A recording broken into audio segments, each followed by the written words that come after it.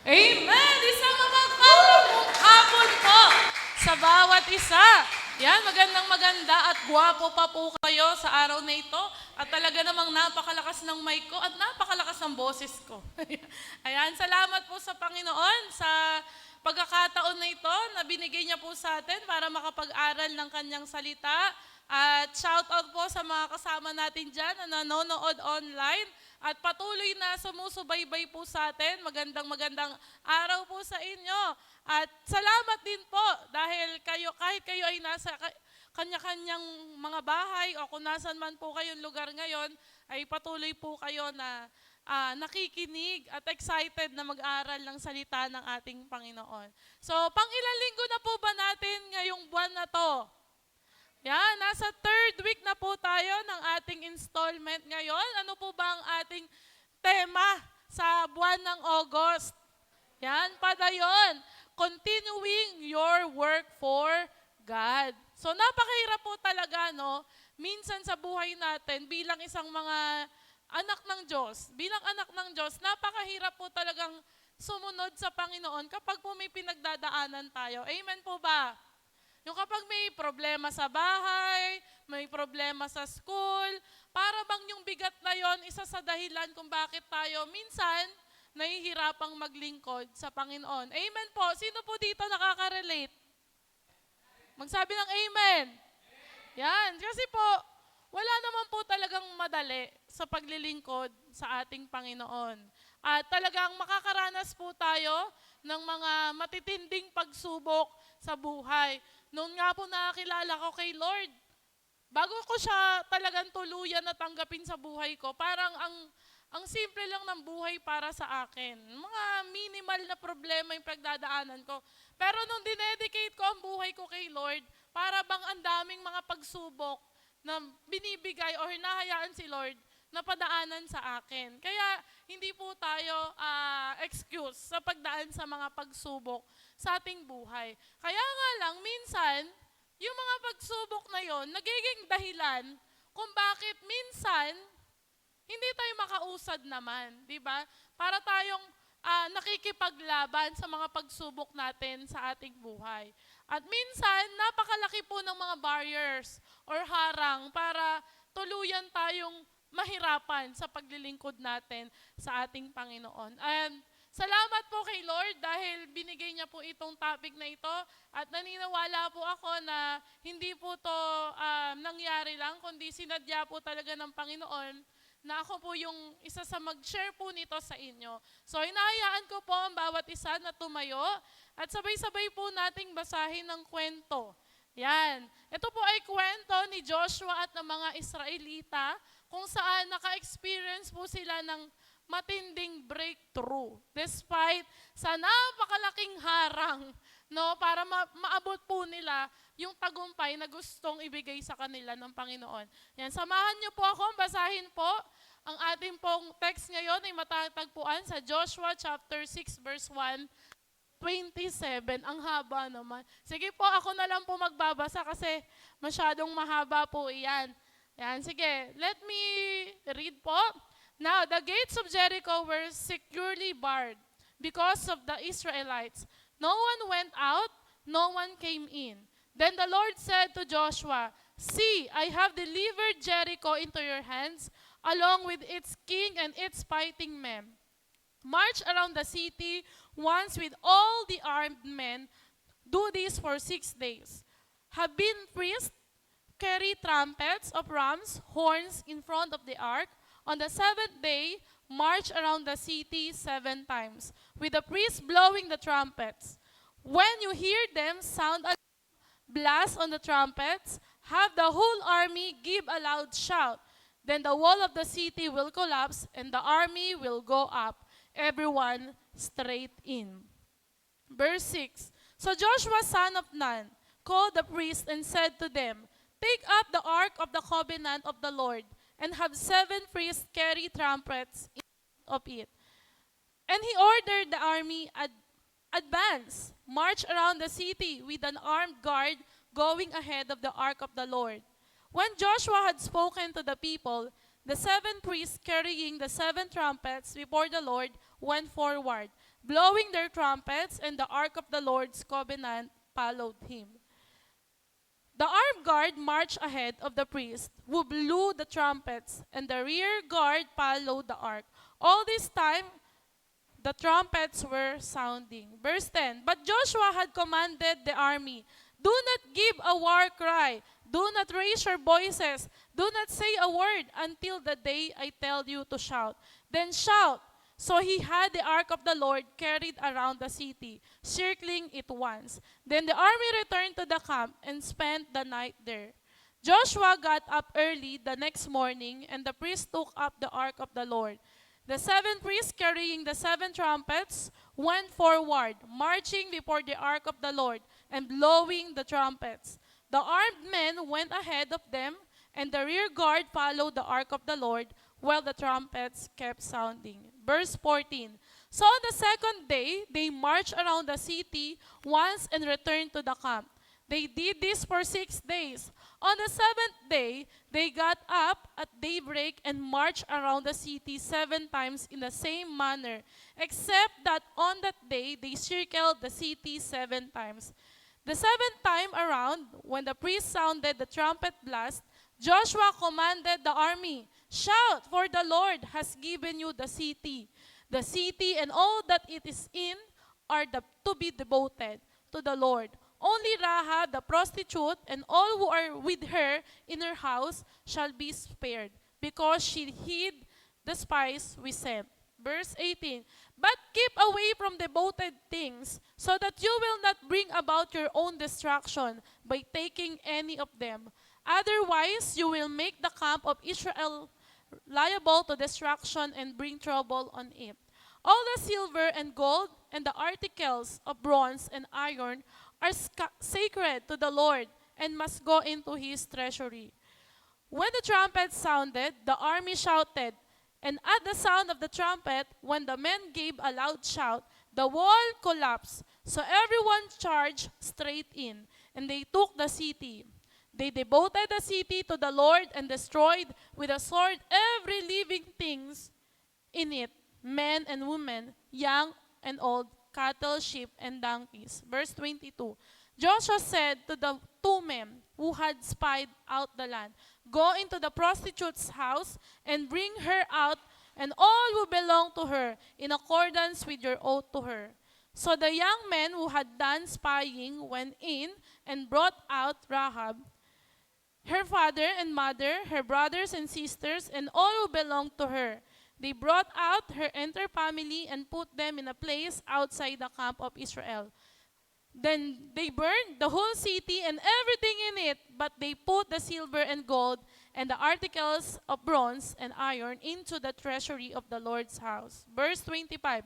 But Joshua spared Rahab, the prostitute, with her and all who belonged to her, because she hid the men Joshua had sent as spies to Jericho, and she lives among the Israelites to this day. At that time, Joshua pronounced this solemn oath, Cursed before the Lord is the one who undertakes rebuild this city, Jericho. At the cost of his firstborn son, he will lay its foundations at the cost of his youngest. He will set up its gates. And last verse, verse 27, So the Lord was with Joshua, and his fame spread throughout the land. Salamat po sa pagkabasa ng salita ng ating Panginoon. Tayo po ay yumuko at manalangin. Yes, Lord God, salamat po, Panginoon, sa isang pambihirang pagkakataon muli na binigay niyo po sa amin para kami po ay makapag-aral ng iyong salita. Alam po namin, Panginoon, na ikaw ay may plano ngayong araw na ito at dinadalangin ko po, Panginoon, na ang bawat kabataan na nandito, maging yung mga kasama po namin na nanonood online, ay patuloy na kausapin niyo po kami, buksan ang puso't isipan ng bawat isa. At tulungan niyo po kami, Panginoon, na makita at matutunan, Panginoon, kung ano po yung nais mo na ibigay po sa amin ngayong araw na ito. Lord, itago niyo po ako sa inyong likuran at ikaw lamang po ang siyang makita. Gamitin mo lamang po ako bilang instrumento mo. Maraming salamat po sa pangalan ni Jesus. Amen and amen. Palakpakan po natin ang ating Panginoon. Grabe, ang haba po ng binasa natin na yon, no? So, nakita po natin dito, yung instruction ng Panginoon kay Joshua together with the Israelites kung paano po nila sasakupin ang city of Jericho. Hindi po naging madali, marami po silang pinagdaanan at marami po tayong pwedeng matutunan sa ah, passage na ito na binasa po natin. So, pinangako ng Panginoon dito po sa binasa po natin na masasakop nila ang city of Jericho. Kaya nga lang, kailangan muna po nilang mapagtagumpayan yung napakalaking barrier. Pag sinabi po nating barrier, harang. Yan. Yung napakalaking barrier sa buhay nila. At ito po yung Jericho Wall. Familiar po ba kayo sa Jericho Wall? Ayan. So, ipinangako po ni Lord na masasakop nila yung city of Jericho. Kaya nga lang, ang tindi naman ng kailangan nilang pagdaanan. And nakita po natin dito po sa verse 1 to 5 na kinausap ni Lord si Joshua. At sinabi nito yung dapat nilang gawin kung paano nila mapapabagsak ang Jericho Wall. At doon po sa binasa natin, nakita naman po natin na nangyari po ito sa verse 20. Nagkaroon po ng kasagutan ng Panginoon at tinupad po ng Panginoon kung ano po yung pinangako niya doon sa mga Israelita together with Joshua. Kaya nga lang po, bago po mangyari yon, sabi ko nga po, may pinagdaanan po sila. At hindi po yun basta-basta. Nakuha nila yung pagpapala at tagumpay na pinangako ng Panginoon sa kanila considering na may napakalaking barrier which is yung Jericho Wall. So, ang tanong, paano nila ito nakuha? Ano po yung na-create nitong mga ito sa panahon na inaasam nila na magpatuloy at makaranas po ng breakthrough? Kaya po ngayong araw na ito, join me in our topic this afternoon entitled, Break Down the Walls. Sabihin nga po natin, break down the walls. Yan, naranasan nyo na po bang magtibag? Yan, magtibag po ng bahay ninyo or parte ng bahay nyo. Madali po ba? Yan, hindi po, di ba? Kahit yung mga napapanood po natin sa TV, balita na nagde-demolish. Di ba? Mahirap po magtibag, di ba? So dito makikita natin, ano yung mga nabuo kila Joshua. During the process, kaya nila napabagsak yung Jericho Wall. Ano yung mga meron sila na dapat meron ka din para makaranas ka ng breakthrough? Sino po dito gusto makaranas ng breakthrough? Magsabi ng malakas na malakas na Amen! Okay, so dapat tandaan po natin itong tatlong bagay na ito. Tatlong bagay na kinakailangan natin para maranasan po natin yung breakthrough sa ating buhay. Basahin po uli natin yung verse 10. Sabi po doon, Joshua had given orders to the people. Ano po ba yung binigay na order ni Joshua doon sa mga Israelita? Ang sabi niya po dyan, don't shout! Pero sumigaw ako. In fact, don't even speak not so much as a whisper until you hear me say, shout. Then shout away. Sabi po sa The Message version. Tingnan mo naman po natin sa Tagalog para mas maintindihan po natin. Sabi po dito, sa MVBTAG version, ngunit sinabi ni Joshua sa mga tao, huwag kayong sisigaw o magsasalita man hanggang hindi ko kayo binibigyan ng hudyat. Number 1, na kailangan po nating laging kinoconsider at tinatandaan para maranasan po natin ang breakthrough sa buhay natin. Number 1, you need patience. Sabihin nga po natin, patience. Tingnan nyo nga po yung katabi nyo, mukha bang mahabang pasensya niyan? O laging mainitin ang ulo? Konting kibot lang, galit na agad. Diba? So ano po ba ang ibig sabihin ng patience? Pasensya. Ano ba ibig sabihin ng pasensya? So patience is the capacity to endure troubles, hardships, annoyance, or delays without complaining or getting angry. Yan, tingnan po natin tong sitwasyon ng mga Israelita. Nag-command po si Lord, di ba? nabasa po natin na magmarcha sila ng ilang araw daw. Ilang araw daw sila magmamarcha palibot doon sa city of Jericho? 6 days. 6 days palibot doon sa buong Jericho wall. Sipin nyo, pinagmamarcha sila ni Lord doon. At for sure, kita po ito ng mga tao na nandun sa city of Jericho. Sa totoo lang ikaw po ba paikutin ka ng paikutin sa buong tansa? Hindi ka ba pagtatawanan? Kaya lang, ito po yung utos ni Lord sa kanila. At syempre, nakakapagtaka naman, paano namin matitibag yung Jericho wall na yun? Magmamarcha lang kami, 6 na araw, may ikot-ikot kami doon. And for sure, itong mga taga-Jericho, nakikita sila. Diba? Natatanaw sila. And pwede silang lokohin, pwede silang asarin, pagtawanan, kasi paikot-ikot sila. Ikaw ba naman, may gusto kang sakupin, tapos iikutan mo lang, hindi ka susugod. Diba? So pwedeng maubos yung pasensya ng mga ito. Diba? At isa pa, posibleng naiinip sila kasi 6 na araw ba naman? 6 days. Ikot lang sila, mamarcha lang sila doon sa palibot ng Jericho wall. Posible na naiinip sila at gusto nilang madiliin. Pwede naman sila kumuha na ng pwede naman na lang tibagin yon kung gugustuhin nila. Pero hindi nila yon ginawa. Kasi una sa lahat, meron silang patience. Diba? Pero kahit ganun pa man, ginawa pa din nila ito dahil malinaw kay Joshua at sa mga Israelita yung instruction ng Panginoon. Pinili po nilang magtiis sa pagkaantala, pinili po nilang alisin na lang yung inis nila o yung pagtataka nila. Diba? Inilabas na lang po nila yung mahabang pasensya nila. Diba? Tandaan natin, kung gusto mong magka-breakthrough, you must practice patience. Sabi ko nga po, tingnan nyo yung katabi nyo Minsan po ba sa buhay ng katabi nyo, o kung matagal na kayo magkakilala, nakita nyo na po ba kung paano pinamalas ng katabi nyo yung pasensya niya? O nakita nyo na po ba yung katabi nyo na pinamalas niya naman yung maikling pasensya niya? Di ba yung konting asar lang, inis na, nagwo-walk out pa. Di ba?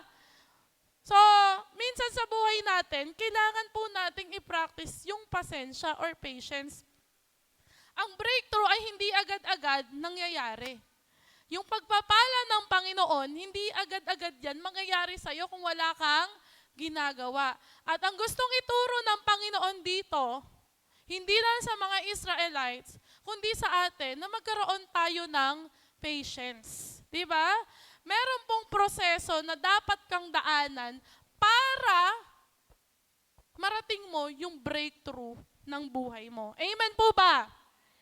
Meron pong 2 bagay na tinuturo pa ang Panginoon pagdating po dito.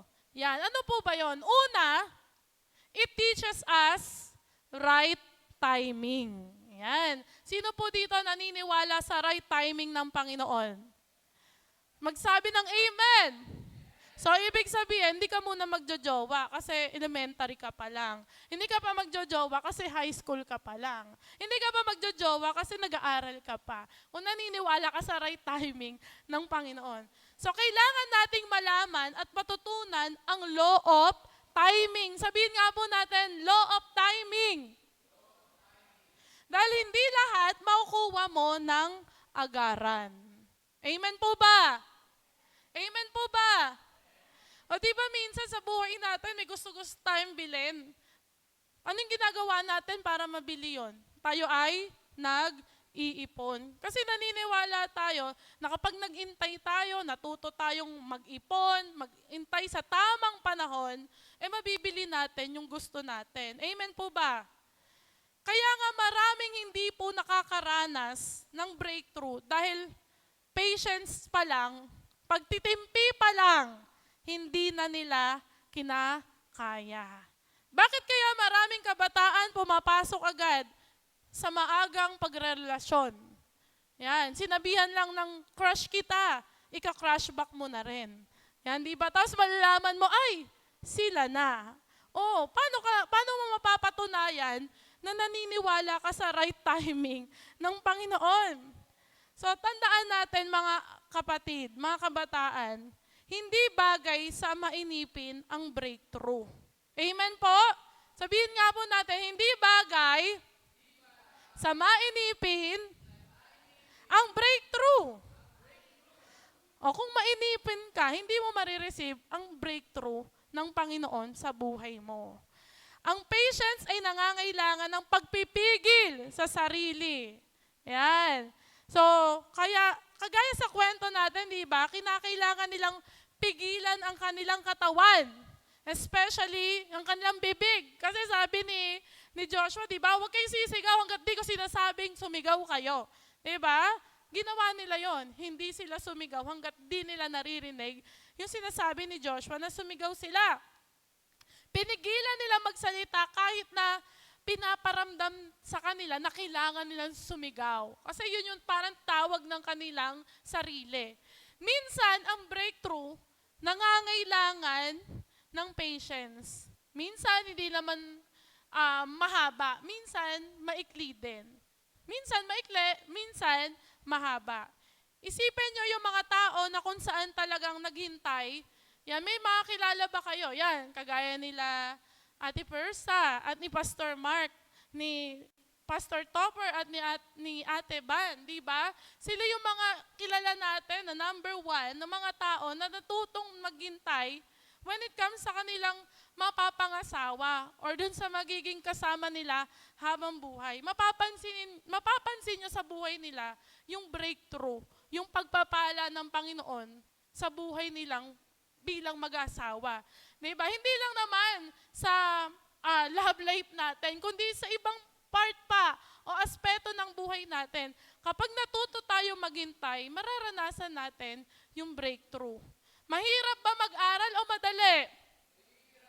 O sino dito makakapagsabi, madaling mag-aral? O yan, ibig sabihin, lahat kayo nahihirapan. At during the process na nag-aaral kayo, at dahil may patience kayo from the Lord, iniisip nyo lagi, ay hindi, sa dulo nito, ng pagtitiis ko, ng pagpapagal ko, mararanasan ko din ang katagumpayan. Makakagraduate ako. Amen? Amen? Alam nyo po ba, ang patience, isa po yan sa gift of the Holy Spirit. Yan. Kapag ang katabi mo o yung may kilala ka, nakasama mo dito sa church, lagi maikli ang pasensya, laging galit, laging nakasimangot, kala mo laging dragon, di ba? Makamamaya walang gift of the Holy Spirit yan na patience, di ba?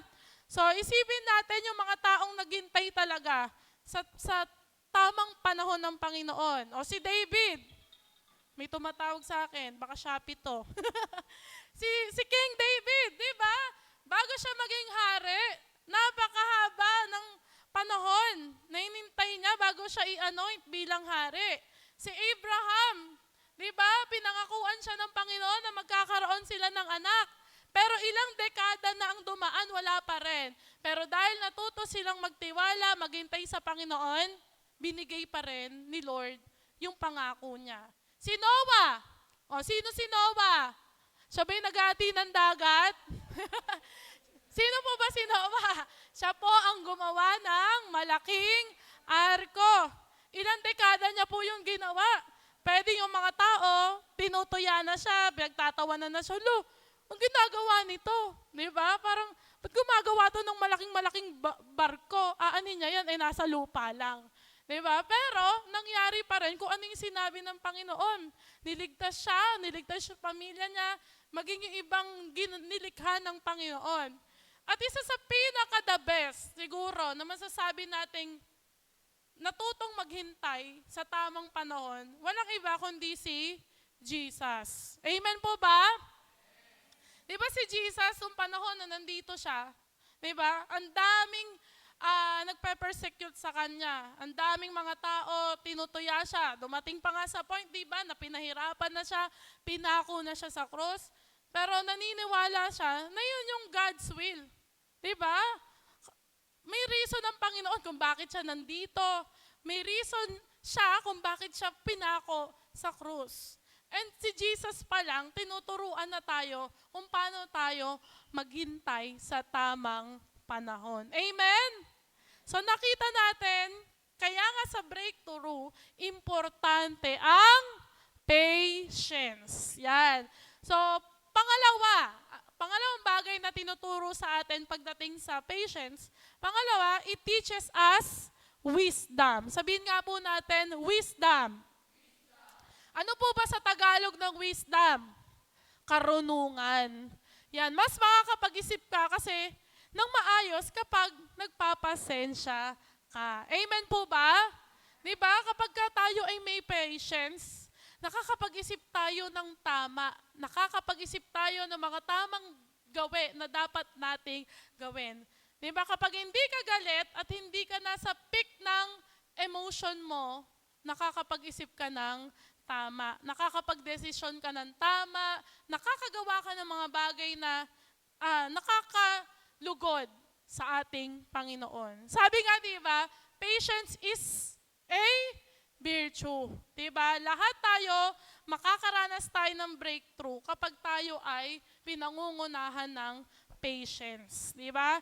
Hindi, sa totoo lang po, hindi po pabilisan ng pagkuha sa breakthrough. Amen po. Naniniwala ako, hindi po tayo sabay-sabay na makakaranas ng breakthrough and may right timing ang Panginoon para sa ating lahat. Minsan, siguro magkakasabay tayo, minsan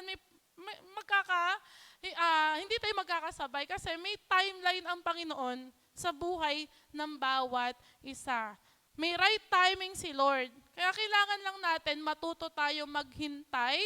Ayan. Sabi nga ni Mike Murdock, yan, kung tama po yung pronunciation ko sa pangalan niya. Sabi niya, your greatest mistakes will happen because of impatience. Ulitin ko, your greatest mistakes will happen because of impatience. Sa totoo lang, marami kang bagay na nagagawang mali kasi hindi ka marunong magtimpe. Ayan. Diba? Minsan nakakasakit tayo ng tao. Bakit? Kasi hindi tayo marunong magtimpe. Diba? Kahit hindi man physical, verbal, nagagawa po natin yon kasi kulang tayo sa patience. Diba? Bakit maraming tao, kabataan, napariwara ang buhay? Kasi impatient sila. Diba? Hindi sila natutong maghintay. Hindi sila nagdesisyon ng maayos sa buhay nila. Pinangunahan sila ng sarili nilang kagustuhan. So kung gusto mong makaranas ng breakthrough, kailangan mo ng patience. Okay? Unang bagay na kailangan nating laging ginagawa at kinoconsider, kailangan po natin ng pasensya. Pangalawa, yan, sabi ko po sa inyo, mabilis lang po tayo. Pangalawang bagay na kinakailangan natin para makaranas tayo ng breakthrough. Sabi po sa verse 3 to 5, march around the city once with all the armed men. Do this for 6 days. Have 7 priests carry trumpets of ram's horns in front of the ark. On the 7th day, march around the city 7 times with the priests blowing the trumpets. When you hear them sound a long blast on the trumpets, have the whole army give a loud shout. Then the wall of the city will collapse and the army will go up, everyone straight in. Yan, sabi po ito sa NIV version. Siguro, the Message version, yun nandyan. So, pangalawang bagay, una, paano tayo makakaranas ng breakthrough sa buhay natin? We need patience. Pangalawa, we need obedience. You need obedience. Sabihin nga po natin, obedience. Ito pong binasa po natin, napaka-specific po. Si Lord kasi, pag yan nagbibigay, specific. Pag meron siyang may ini-instruct siya sa atin, may pinagagawa siya sa atin, specific si Lord. Kaya nga minsan, di ba, pag nagpe-pray din tayo, may hinihiling tayo kay Lord, gusto niya laging specific. Di ba? Walang pabebe. Di ba? So, napaka-specific ng instruction ni Lord na kailangan nilang sumunod. Anong connect ng pagmarcha nila sa pagbagsak ng wall. Ano ba yon? Tutumba lang basta-basta ang wall habang nagmamarcha lang sila? Ni hindi nga nila nahawakan, nagmarcha lang sila. Paano mapapabagsak yung Jericho wall na yon? Minsan ganito rin si Lord sa buhay natin. Gusto niyang paranasin tayo ng breakthrough, pero may instruction muna si Lord na sa tingin natin wala namang connect. Diba? Wala namang connect. Diba? Pwede naman siguro sabihin sa kanila ni Lord, kumuha kayo ng martilyo. Ano ba yung tawag sa malaking mason ba yun? Mason tuloy, iba pala yun. Kumuha kayo ng maso, tapos tibagin nyo yun. Pwede naman ganon. Pero iba yung sinabi sa kanila ni Lord, magmarcha sila ng 6 na araw palibot sa Jericho wall. Anong connect? Diba? Anong connect nun? Maybe sa tingin ng ibang tao, nonsense yon, di ba? Pero kapag ikaw ay spiritual people, ikaw ay anak ng Diyos, yan, tulad ng mga Israelita na ito, ang tingin natin doon ay pagsunod. Sabihin nga po natin, pagsunod. Imposible ang breakthrough nang walang pagsunod. Hindi na usapin kung mahirap ba o madali yung pinapagawa ng Panginoon. Ang usapin ay whether mahirap o madali, nonsense man o hindi mo man maintindihan kung ano yung pinagagawa sa iyo ng Panginoon, susunod ka pa rin. Ang tanong, kahit ba hindi mo maintindihan yung reason ng Panginoon, kung bakit may command o instruction siya sa iyo, na hindi mo maintindihan, susunod ka pa rin? Tingnan natin, kung tayo yung mga Israelita na yon at inutusan tayo ni Lord para makaranas tayo ng breakthrough, yan, masakop natin ang Jericho, magmarcha kayo. Sa tingin nyo, susunod ba kayo kahit di nyo naiintindihan yung dahilan ng Panginoon? Minsan talaga, mahirap sumunod sa Panginoon kapag hindi mo naiintindihan yung dahilan niya. Remember, if you want things you've never had, do the things you've never done. Yan, may mga bagay ba na inaasam mo na hindi pa rin mapasayo? Yan, baka mamaya may bagay ka rin gawin na hindi mo pa nagagawa before. Yan, if you want things you've never had, do the things you've never done. Katulad nila Joshua, napabagsak ba nila yung wall sa pamamagitan ng pagmarcha lang? Hindi. Hindi pa. Hindi pa nila naranasan yon, di ba? Hindi pa nila naranasan magpabagsak ng wall sa pamamagitan ng pagmarcha. Hindi pa. Pero dahil malinaw na may pangako si Lord sa kanila na mukhang nonsense, di ba? Ginawa nila dahil malinaw na itong instruction na ito ay mula sa Panginoon. At ibukod sa instruction na yon, merong pangako ang Diyos. Amen po? Sa bawat instruction, command, utos sa atin ng Panginoon, kung ano man yung binibigay niya sa atin, laging may kakabit na pangako si Lord. Amen po? Pag may binigay sa iyo si Lord na gusto niyang gawin mo, lagi mong tatandaan na sasamahan ka ng Panginoon dyan. Amen? Kasi galing yan kay Lord di ba? Kung gusto mong makaranas ng breakthrough, sundin mo ang God of breakthrough. Di ba? Kasi hindi mo mararanasan ang breakthrough kung hindi ka marunong sumunod. Amen po ba? Yan. Sino dito gustong magkaroon ng breakthrough sa ministry niya? Yan. Ang tanong, sumunod ka na ba sa utos ni Lord na mag-disciple ka? Yan. Sumunod ka na ba sa utos ng Panginoon na umattend ka ng mga gawain ng Panginoon? Yan. Sino dito gusto makaranas ng financial breakthrough? Yan. Kasi lagi na lang sila naghihirap, lagi silang kapos. Ang lagi niyang prayer kay Lord, Lord, bigyan niyo po ako ng breakthrough when it comes to finances naming pamilya. Kasi lagi na lang po kami nagkukulang. Pero may kasunod na tanong yon. May tanong si Lord doon. Ang tanong, Tapat ka bang nagbibigay kay Lord? Gusto mo makaranas ng financial breakthrough, hindi ka naman tapat na nagbibigay sa Panginoon. O, sino dito gusto maging successful ang buhay nila? Gusto nila makatapos sila ng pag-aaral, gusto nila maabot nila yung mga pangarap nila nung bata pa sila, di ba? Nakalagay pa doon sa batawag doon? Yung graduation album ba yun? Ang batawag doon? I want to be a police someday. Pero yung mga gawain, pang-kriminal. Di ba? I want to be a teacher someday. Pero ang mga gawain, lagi nangongopya, nangangodigo sa kaklase. Paano ka magiging teacher? Di ba? Paano ka magiging mabuting halimbawa sa kanila? Ang tanong, sumusunod ka ba sa Diyos? Sumusunod ka ba na gawin yung dapat mong gawin? Kaya wag mong isipin na bakit parang ang tumal. Ang tumal naman ng pagpapala ni Lord sa akin. Minsan niya iniisip natin, parang ang damot naman ni Lord minsan sa akin. Di ba? Bakit ang tumal ng breakthrough sa buhay ko? Baka mamaya, matumal din yung pagsunod mo. Yan, baka mamaya, pili lang yung sinusunod mo na utos ng Panginoon. Diba? So, ikaw lang naman makakasagot ng tanong na to, diba? Yan, sino dito kaya niyang bilangin yung mga panahon na sinunod niya ang Panginoon? O, syempre, ilang taon na tayo, diba? Di naman natin mabibilang yon. Pero ano kaya ang mas matimbang sa tingin ninyo? Yung pagsunod nyo kay Lord o yung hindi nyo pagsunod kay Lord? Ano kaya yung mas matimbang?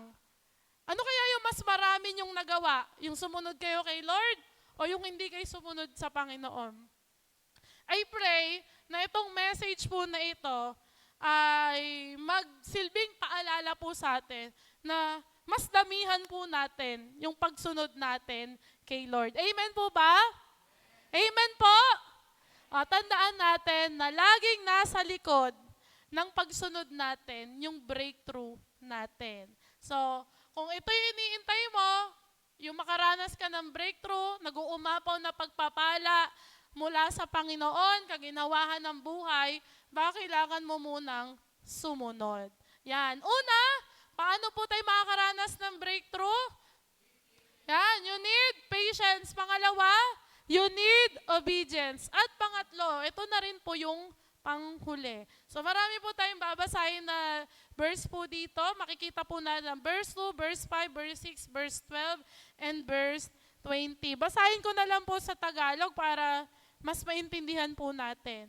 Yan. Sabi po sa verse 2, sinabi ni Yahweh kay Josue, pakinggan mo ito, ibinigay ko na sa inyong mga kamay ang Jericho upang sakupin ito at gapiin ang kanyang hari at magigiting na kawal. Sabi mo sa verse 5, pagkarinig ninyo ng isang malakas at mahabang tunog ng tambuli, lahat kayo'y ubod, lakas, nasisigaw. Sa sandaling iyon, babagsak ang mga pader ng lunsod at walang sagabal na makakapasok doon ang lahat.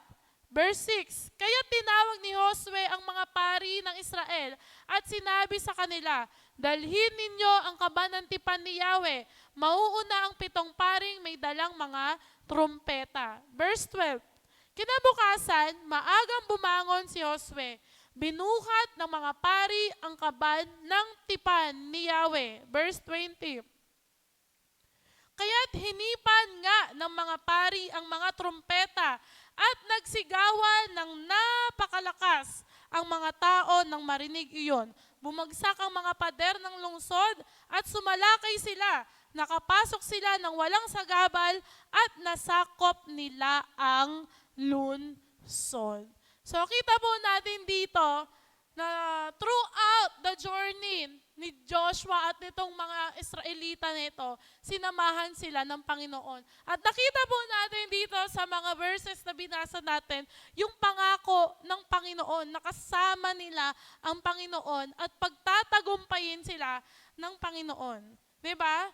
Kay Joshua, malinaw po sa kanya ang utos ng Panginoon. At hindi niya pa po ito nakikita, hindi pa ito nangyayari, nag-instruct na si Joshua sa mga Israelita. Ano po yung pinapakita nito? At ano po yung pinapakita nito na kailangan nating gawin din? Pangatlo, you need faith. Sabihin nga po natin, faith. Diba? Si Joshua, hindi niya pa naman naranasan yon before, diba? Pero malinaw sa kanya na may instruction ng Panginoon. Kaya at the same time, nagbigay din siya ng instruction sa mga Israelites. Diba? May kasiguraduhan na ba siya na mangyayari? Ba talaga yung sinasabi ng Diyos? Ang sagot ay wala. Diba? Wala pa siyang kasiguraduhan. Pero makikita po natin dito na sumunod pa din sila. Kinabukasan, nagising sila ng maaga. Diba? Nagising na maaga si Joshua. At hindi lang po siya basta nagising. Excited pa po siya. Kasi naniniwala siya at nananampalataya siya na yun na yung araw. Yun na yung araw na pinangako ng Diyos sa kanila. Ito ang pananampalataya. Faith. Kahit hindi mo ba nakikita o nakukuha ang isang bagay, ikaw ay excited at nananampalataya na makakamit at makakamit mo kung ano yung pinangako sa'yo ng Diyos. Ang breakthrough ay nangangailangan ng pananampalataya. Hindi mo lang basta hahabaan ang pasensya mo, hindi ka lang basta susunod. Kailangan mo ring magtiwala. Kailangan mo ring manampalataya. May power ang pagsunod na may kasamang paniniwala sa gumawa ng isang utos. Pagdating kasi sa pagsunod, ang mahalaga ay hindi po yung utos. Diba? Ang mas mahalaga po dito kung sino po yung nagbigay ng utos. Amen po ba? So, dito kasi magkakaalaman kung talagang may faith ka sa Kanya. Yan, sige, tanong. Sino kaya ang mas sinusunod nyo? Ang teacher nyo o ang nanay nyo? Yan. Sino kaya? Pag sinabi ng nanay, "Nak, pakihugasan muna nga yung mga pinagkainan natin dyan sa lababo." Sabihin nung isa dyan, "Mamaya na, may ginagawa pa ako eh." Member kayo ng Manyana group di ba? Manyana, mamaya na. Pero pag ang teacher ang nag-utos, "Nak, pwede ba pakuha yung whiteboard marker ko sa faculty?" Aba, walang ano-ano. Unahan pa kayo magtaas ng kamay. "Ma'am, ako po. Di ba? Makikita natin doon, di ba? Nakadepende talaga kung sino yung nagbibigay ng utos. Kapag nanay natin, parang minsan galit na galit pa tayo pag inuutusan tayo. Pero pag teacher natin ang nag-utos, di ba? Kasi alam natin, teacher natin yun. At minsan, naisip natin may plus points. Amen po ba? Di ba? Nagpapaano kayo sa teacher nyo? Nagpapalakas? Di ba? Kaya nyo ginagawa yun. Yan. So, ang pagsunod mo ay dapat nakadepende sa pagtitiwala mo sa tagapag-utos. Kapag malaki ang tiwala mo sa Diyos at naniniwala ka na kaya kanyang paranasin ang breakthrough, kahit mukhang nonsense o wala namang kwenta, o hindi mo maintindihan yung pinagagawa, susunod ka pa rin. Amen po. Malinaw kila Joshua at sa mga Israelita na ang Diyos ang nag-utos sa kanila. At naniniwala sila na doon sa pagsunod nila sa Panginoon, nang may pananampalataya, hindi sila ipapahamak ng Diyos. Amen? Kaya nga sabi ko sa inyo kanina, kapag may sinasabi sa inyo si Lord, may ini-instruct or may command sa inyo si Lord, magtiwala kayo. Diba? Kasi sasamahan kayo ng Panginoon at hindi niya kayo ipapahamak. Si Joshua at yung mga Israelita, kahit di nila maintindihan, trusted nila si Lord. Diba? Hindi man malinaw sa kanila ang paraan ng Diyos, pero malinaw sa kanila kung sino ba yung nag-utos. Sana tayo din, nawa tayo din, di ba? Dapat ilagay natin yung sarili natin sa pananampalataya sa Diyos. At hindi sa mga bagay na nakikita mo lang. Di ba?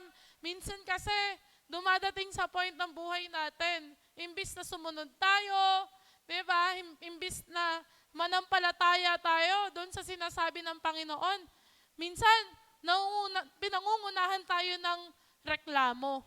Ala, ako na naman. Ala, ako na naman, lagi na lang ako. Di ba? Ba't ako? Di ba? Para kang nagiging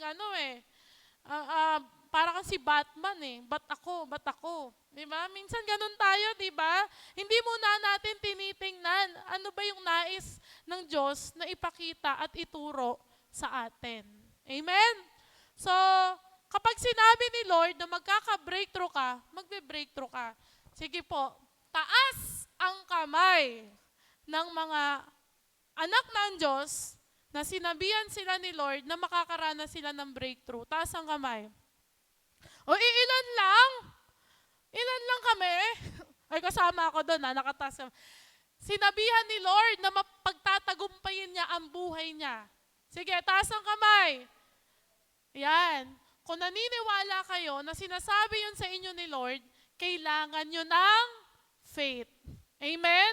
Kailangan nyong manampalataya sa Panginoon. Always remember, tandaan natin to, that when reason, yung mga rason natin, when reason ends, faith begins. Sabihin nga natin, faith begins. Kapag ginawa mo ito, magugulat ka. Magugulat ka na lang isang araw, babagsak din yung wall sa buhay mo. Mabagsak din kung ano man yung mga bagay na pilit na humahatak sa'yo para hindi mo maranasan yung breakthrough sa buhay mo. Yung mga barriers sa harapan mo, mararanasan mo ang breakthrough. Darating at darating yung araw na yon, basta manampalataya ka lang. Amen? Kaya, kahit anong mangyari, put your faith to God. Dahil ito ang magdadala sa'yo sa buhay, sa matagumpay na buhay. In all aspects, no? Sa lahat ng aspeto ng buhay natin, kapag may faith tayo, ay sigurado ako, mapagtatagumpayan at mararanasan natin yung pagpapala ng Panginoon. Amen po ba? Yan. So, in conclusion, how to collapse your wall in life? Tatlong bagay na dapat nating kino-consider lagi. Number one, you need patience. Kailangan mo ng pasensya. Yan, mahabang pasensya. Pangalawa, you need obedience. Hindi lang basta pasensya, dapat may pagsunod din. At pangatlo, you need faith. Habang pinapahaba mo, yung pinapractice mo yung patience, habang sumusunod ka sa Panginoon, dapat mahalaga, hindi mo inaalis yung pananampalataya mo sa Panginoon. And let me end this message with this short story lang naman. Yan, kwento ng dalawang bata. May dalawang batang babae daw. Yung typical na nag-uusap lang sila, siguro naglalaro sila nung mga time na ito. Nagbibilang sila ng pera. Yan, siguro naranasan nyo na yan nung bata kayo. No, nagbibilang sila ng pera, paramihan sila ng pere. Yung isang bata, meron siyang 5 barya. Ang sabi ng isa, itong bata na ito na may 5 barya, ako, may 5 barya. Ang isa naman, sabi, ako, may 10 barya. O di ba nagpapataasan pa sila? Pero itong batang may 5 barya, hindi siya makapaniwala. Yung isa kasi, nakita niya, 5 piso lang din naman yung hawak. Kaya sabi niya, 5 lang naman yung hawak mo parehas lang tayo Kaya, ang sabi nitong batang ito, na may 5 barya, ay na may 10 barya, kahit 5 lang yung hawak niya. Hindi, kasi sinabi ng tatay ko, bibigyan niya ako ng 5 piso mamaya pagka-uwi niya, galing trabaho. Kaya nasabi ko na 10 piso yung pera ko. Diba? bibigyan pa daw siya ng dagdag na 5 piso ng tatay niya. Kaya sinabi niya doon sa kaibigan niya, 10 yung pera niya. Diba? E di mas lamang siya doon sa isa. So, kinagabihan, pag-uwi ng tatay nitong bata na ito, nagkaroon nga siya ng dagdag na 5 piso o 5 barya. Yan. Anong moral lesson nitong maikling kwento na ito? Ang moral lesson po nito, may nagagawa ang pananampalataya mo sa pagpapala mo. Amen? May nagagawa ang pananampalataya mo sa pagpapala mo. Nakita nga ba ng bata na may 10 piso na siya, kahit 5 piso lang yung hawak niya? Nahawakan niya ba yung 10 piso? Pero kahit hindi pa, pinili niya pa ding magtiwala sa pangako ng tatay niya sa kanya na bibigyan pa siya ng 5 piso. Ganito ang nagagawa kapag inilagay natin ang ating mga sarili sa ating pananampalataya sa ating Diyos. Pwede na po nating bilangin yung mga pagpapala po natin mula sa Panginoon kahit hindi pa natin ito nakikita. Dahil naniniwala tayo na kahit di man natin nakikita pa yung breakthrough sa buhay natin, yung matagal na nating inaasam na breakthrough sa buhay natin. Naniniwala tayo at nananampalataya tayo na tuto pa rin ni Lord ng tatay natin kung ano yung pinangako niya. Amen? Tandaan po natin, ang pananampalataya, ito ang magdadala sa'yo ng breakthrough sa buhay mo. Ngayong oras na ito, ano ba yung mga bagay na kailangan mong i-develop ngayon? Ano ba yung mga bagay na gustong ituro o ipagawa sa'yo ng Panginoon? Magkaroon tayo ng reflection sa oras na ito. Baka kailangan mong mag-develop ng patience sa buhay mo. Baka mamaya masyado kang mainipin. Masyado kang mainitin ang ulo. Baka mamaya masyado kang magagalitin.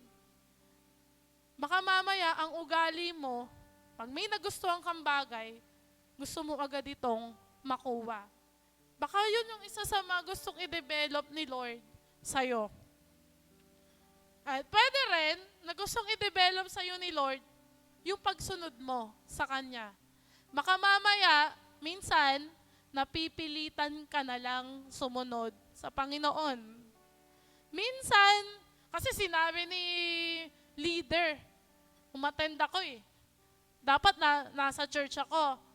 Ay, kailangan kong tumugtog eh. Baka mamaya hindi na pagsunod yung ginagawa mo. Obligasyon na lang. At naniniwala ako na pinapaalala ni Lord through this message na kailangan ayusin mo yung pagsunod mo sa Panginoon. O kaya baka mamaya gustong i-develop sa'yo ni Lord yung faith mo.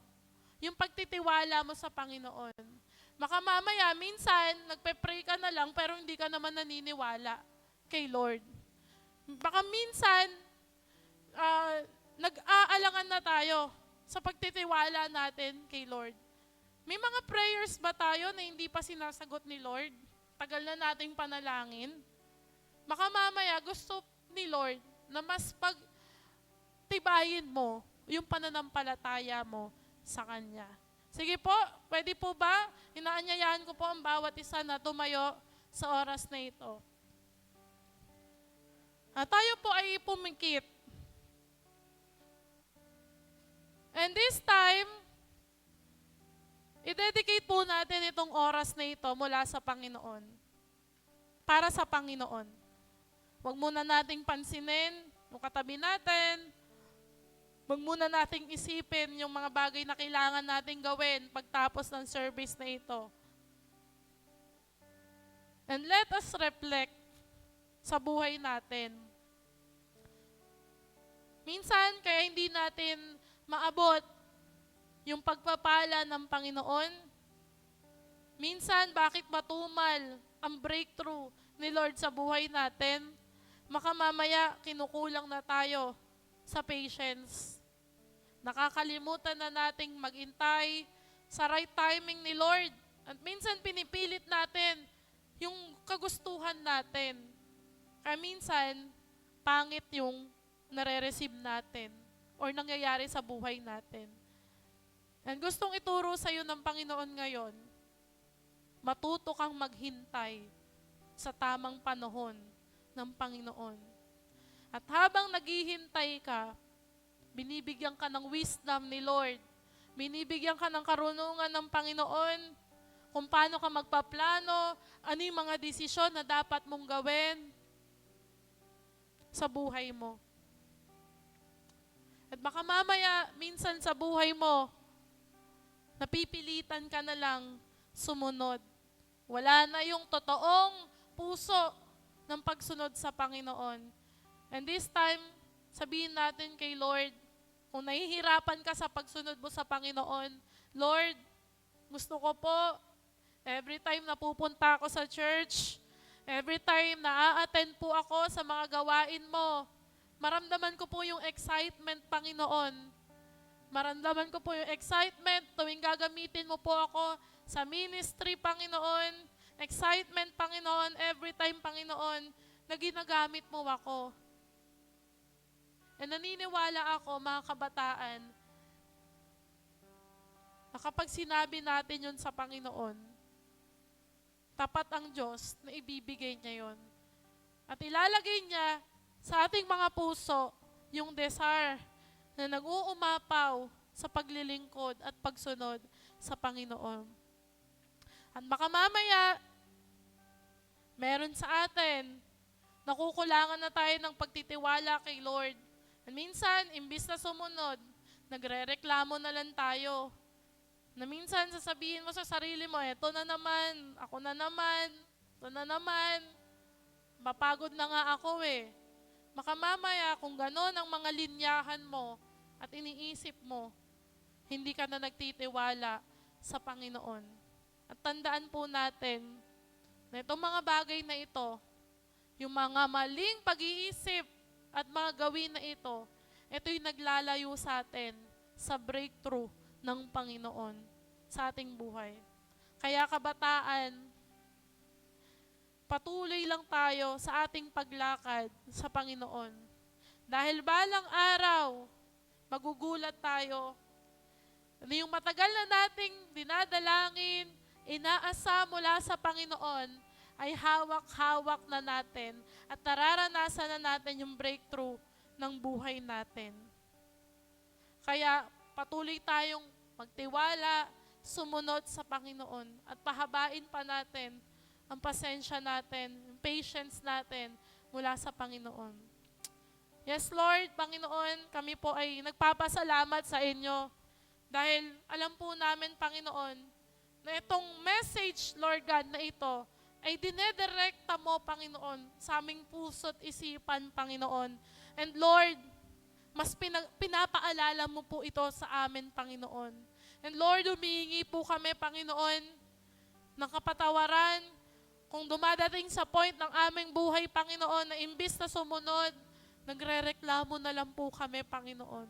And Lord, dalangin ko po, ilagay mo po sa puso't isipan ng bawat kabataan, bawat anak mo na nandito, Panginoon, yung desire, Lord God, yung joy, yung peace, yung patience, Panginoon, na nanggagaling sa iyo, Lord God. Nang sa gayon, Lord God, ay patuloy kami na makasunod sa iyo. At kung ano man yung mga barriers, Lord God, na pilit na humahadlang, Panginoon, para maranasan po namin yung breakthrough ng buhay namin ay mapagtagumpayan po namin at masira po namin. Kagaya, Lord God, ng pinangako mo kay Joshua at sa mga Israelita, Panginoon. Naniniwala po kami, Panginoon, na kayo may iyong sasamahan, Panginoon, sa bawat command, instruction mo sa amin, Panginoon. We believe, Lord God, kaakibat nito yung pangako mo, Panginoon, sa aming buhay. And Lord, pangahawakan po namin iyon, Panginoon, dahil ikaw yung Diyos, Panginoon, na tapat, na hindi kami iniwan, ni hindi pinabayaan man, Panginoon. And Lord, dalangin ko po Sa bawat isa na nandito, Panginoon, bawat kabataan na nandito, Lord God, mas pag-intigin mo pa, Panginoon, mas pagtibayin mo pa, Panginoon, ang aming pananampalataya sa iyo, Lord God. Patuloy na gamitin mo po kami, Panginoon, para ibahagi yung kabutihan mo sa iba pang mga tao, Panginoon, iba pang kabataan, Panginoon, na mamimit namin sa school man ito, Panginoon, sa bahay namin, kung saan mo pan kami dalhin, Panginoon, ay magningning ka sa aming mga buhay, Panginoon. At makita ka, Lord God, makita, Panginoon, yung buhay mo sa buhay namin, Panginoon. Tulungan niyo po kami na patuloy na maging kagaya mo, Panginoong Jesus. At dalangin ko po, Lord God, na sa lahat po ng aming sasabihin, lalakarin, gagawin, at iisipin, Panginoon, ay tanging kalooban mo lamang po ang masunod. Maraming salamat po, Panginoong Jesus. Sa iyo lamang po ang pinakamataas na papuri at lahat-lahat na pasalamat. Ang lahat ng anak ng Diyos na pinagpala ay magsabi ng malakas na Amen and Amen. Malakas na palakpak po para sa ating Panginoon.